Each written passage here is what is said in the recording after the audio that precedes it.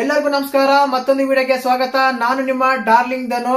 Saturday episode ಬಂತಂದ್ರೆ ಸಾಕು, Kichcha sir ಬಂದು ಪಂಚಾಯಿತಿ ಮಾಡ್ತಾರ. ಅದೆಲ್ಲರಿಗೂ ಗೊತ್ತಿರೋ ವಿಷಯನೇ. ಆದ್ರೆ ಆ ಪಂಚಾಯಿತಿಯಲ್ಲಿ ಕೇಳಬೇಕಾದ ಪ್ರಶ್ನೆಗಳು ಯಾವ ಪ್ರಶ್ನೆಗಳೆಲ್ಲ ಕೇಳಬೇಕಂತ ನಿಮ್ಗೆ ಅನ್ಸುತ್ತಾ ಕಮೆಂಟ್ ಮಾಡಿ. ದಯವಿಟ್ಟು ಕೆಳಗೆ ಕಮೆಂಟ್ ಬಾಕ್ಸ್ ಅಲ್ಲಿ ನಿಮ್ಮ ಬರವಣಿಗೆ ಒಂದು ಅದ್ಭುತವಾಗಿಲ್ಲ ಅಂತ ಹೇಳ್ತೀನಿ. ಯಾರಾದ್ರೂ ಚೆನ್ನಾಗಿ ಬರೆದಿರ್ತಾರ ಅವ್ರ ಹೆಸರು ಹೇಳ್ತೀನಿ ನೆಕ್ಸ್ಟ್ ವಿಡಿಯೋದಲ್ಲಿ. ಮುಖ್ಯವಾಗಿ ಈ ಕಿಚ್ಚನ ಪಂಚಾಯಿತಿಯಲ್ಲಿ ಬರುವ ಪ್ರಶ್ನೆಗಳೇನು, ವೀಕ್ ಅಂತ ತಗೊಂಡಾಗ ಏನೆಲ್ಲ ಘಟನೆಗಳಾಗಿವೆ, ಯಾವ್ರ ಬಗ್ಗೆ ಕಿಚ್ಚ ಸರ್ ಪ್ರಶ್ನೆ ಕೇಳಬಹುದಂತ ಈಗ ಈ ವಿಡಿಯೋದಲ್ಲಿ ಮಾತಾಡೋಣ.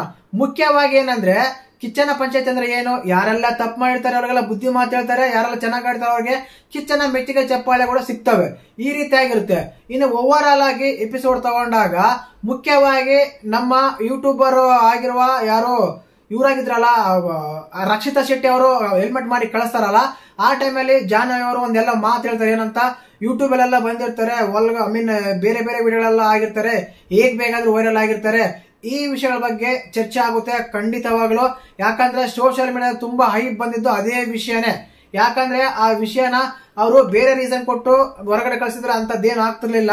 ಬಟ್ ಅಲ್ಲಿ ಏನಾಗುತ್ತಂದ್ರೆ ಬೇರೆ ವೈರಲ್ ಆಗಕ್ಕೆ ಏನ್ ಬೇಕಾದ್ರೂ ಮಾಡ್ತಾರೆ, ಒಳಗಡೆ ವಿಡಿಯೋ ಮಾಡಿರ್ತಾರೆ. ಇಂತ ಪದಗಳು ಬಂದಾಗ ಅಲ್ಲಿ ಕ್ಲಿಯರ್ ಕಟ್ ಆಗಿ ಇದ್ರ ಬಗ್ಗೆ ಪಂಚಾಯತಿ ಆಗೇ ಆಗುತ್ತೆ. ಮತ್ತೆ ನಿಮ್ಗೆ ಯಾವ್ದ್ರ ಬಗ್ಗೆ ಪಂಚಾಯತಿ ಮಾಡ್ಬೇಕಂತ ಅನ್ಸುತ್ತೋ ಅದನ್ನ ಕಮೆಂಟ್ ಮಾಡಿ.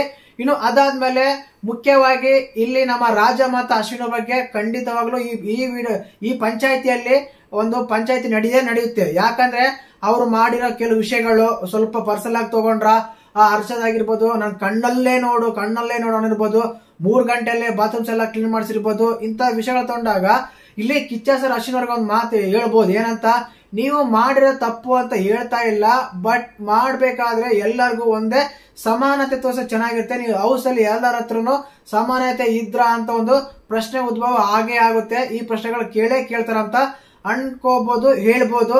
ಇನ್ನು ಅದಾದ್ಮೇಲೆ ಮುಖ್ಯವಾಗಿ ನಮ್ಮ ಮಾಳು ಅವ್ರ ಬಗ್ಗೆ ಒಂದು ಪ್ರಶ್ನೆ ಉದ್ಭವ ಆಗೇ ಆಗುತ್ತೆ.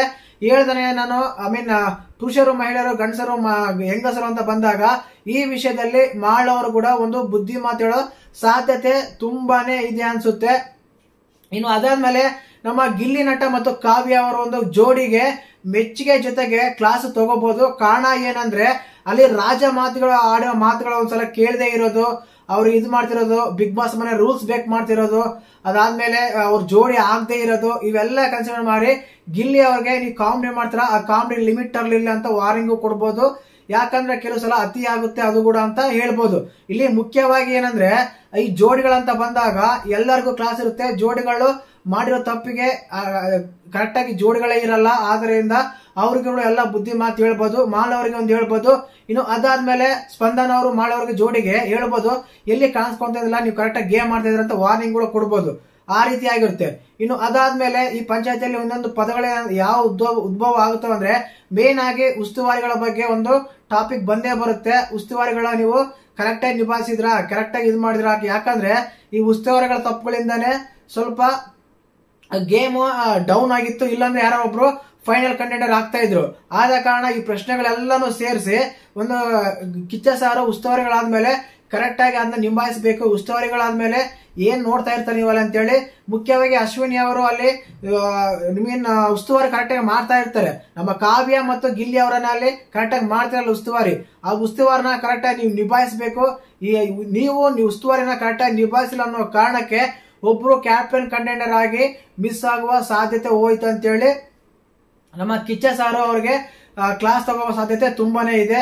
ಇನ್ನು ಅದಾದ್ಮೇಲೆ ಅನವಶ್ಯಕವಾಗಿ ಕಿರ್ಚಾಡಿದ ಅಭಿಷೇಕ್ ಅವರು ಕೂಡ ಪಾಠ ಹೇಳ್ಬೋದು. ಅಭಿಷೇಕ್ ಅಶ್ವಿನಿ ಕೂಡ ಎಲ್ಲೂ ಹೆಚ್ಚಾಗಿ ಕಾಣಿಸ್ತಾ ಇಲ್ಲ. ಆದ ಕಾರಣ ನೀವು ಹೆಚ್ಚಾಗಿ ಕಾಣಿಸೋ ಪ್ರಯತ್ನ ಮಾಡಿ. ಏನ್ ಮಾಡ್ತಾ ಇದ್ರಿ ಬಿಗ್ ಬಾಸ್ ಮನೆಯಲ್ಲಿ, ಏನು ಯಾವಾಗ ಮೇಕಪ್ ಮಾಡ್ಕೊಳಕ್ಕೆ ಸರ್ ಹೋಗ್ತೀರಾ ಅಂತ ಒಂದು ಪ್ರಶ್ನೆ ಕೂಡ ಬರ್ಬೋದು ನಮ್ಮ ಅಭಿಷೇಕ್ ಅವರಿಗೆ. ಅದಾದ್ಮೇಲೆ ಇನ್ನು ಹೌಸ್ ಅಲ್ಲಿ ಸೀಕ್ರೆಟ್ ಟಾಸ್ಕ್ ಬಗ್ಗೆ ಕೂಡ ಹೇಳ್ಬೋದು. ಅದ್ರ ಬಗ್ಗೆ ಚರ್ಚೆ ಬರ್ಬೋದು ಅಂತ ಅನ್ಸುತ್ತೆ. ಇನ್ನು ಅದಾದ್ಮೇಲೆ ಮುಖ್ಯವಾಗಿ ಈ ವೀಕ್ ಎಪಿಸೋಡ್ ಅಲ್ಲಿ ಆಗಿರೋ ಘಟನೆಗಳು, ನಾಮಿನೇಷನ್ಸ್, ಈ ನಾಮಿನೇಷನ್ಸ್ ಬಗ್ಗೆ ಕೆಲವು ರೀಸನ್ಸ್ ಕೊಟ್ಟಾಗ, ಕೆಲವು ಬಿದ್ದಾಗ ನಿಮ್ಮ ಮನಸಾಕ್ಷಿಯನ್ನ ನೀವೇ ಕೇಳ್ಕೊಳ್ಳಿ. ಯಾವ ರೀತಿ ಇತ್ತು ನಿಮ್ಮ ಒಂದು ಹೇಳಿಕೆಗಳು ಅಂತ. ಅದ್ರ ಬಗ್ಗೆ ಕೂಡ ಒಂದು ಅಪ್ಡೇಟ್ ಪ್ರಶ್ನೆಗಳು ಬರ್ಬೋದು. ಆ ರೀತಿ ಆಗಿರುತ್ತೆ. ಇನ್ನು ಕಿಚ್ಚನ ಪಂಚಾಯತಿಯಲ್ಲಿ ಇವತ್ತು ಕೇಳಬೇಕಾದ ಪ್ರಶ್ನೆಗಳು ಯಾವ ಇದಾವೆ ಅಂದ್ರೆ ಅದೊಂದು ಮೇನ್ ಆಗಿ ಈ ವೀಕೆಂಡ್ ಅಲ್ಲಿ ಕಂಡಿದ್ದು 4-5 ಜನ. ಗಿಲ್ಲಿ, ಕಾವ್ಯ, ಅಶ್ವಿನಿ, ಧನುಷ್, ಕ್ಯಾಕ್ರೋಜ್, ಜೋಡಿಗಳನ್ನ ತಗೊಂಡಾಗ ಇಷ್ಟೇನೆ ಕಂಡಿದ್ದು, ಅಷ್ಟು ಬಿಟ್ಟರೆ ಯಾರು ಕಂಡಿಲ್ಲ. ಮೇನ್ ಆಗಿ ಈ ಬಿಗ್ ಬಾಸ್ ನ ರೂಲ್ಸ್ ಬ್ರೇಕ್ ಮಾಡಿರೋಕೆ ಕ್ಲಾಸ್ ತಗೋಬಹುದು, ಆ ಸಖತ್ತಾಗೆ ಕ್ಲಾಸ್ ಇರುತ್ತೆ ಅಂತ ಹೇಳ್ಬೋದು. ನಾನು ಕೇಳೋದಲ್ಲ. ಮತ್ತೆ ನಿಮ್ಗೆ ಯಾವೆಲ್ಲ ಪ್ರಶ್ನೆಗಳು ಕಿಚ್ಚ ಸರ್ನ ಕೇಳ್ಬೇಕಂತ ಕಮೆಂಟ್ ಮಾಡಿ, ವಿಡಿಯೋ ಇಷ್ಟ ಲೈಕ್ ಮಾಡಿ, ಶೇರ್ ಮಾಡಿ, ಸಬ್ಸ್ಕ್ರೈಬ್ ಮಾಡಿ. ಜೈ ಹಿಂದ್, ಜೈ ಕರ್ನಾಟಕ ಮಾತೆ.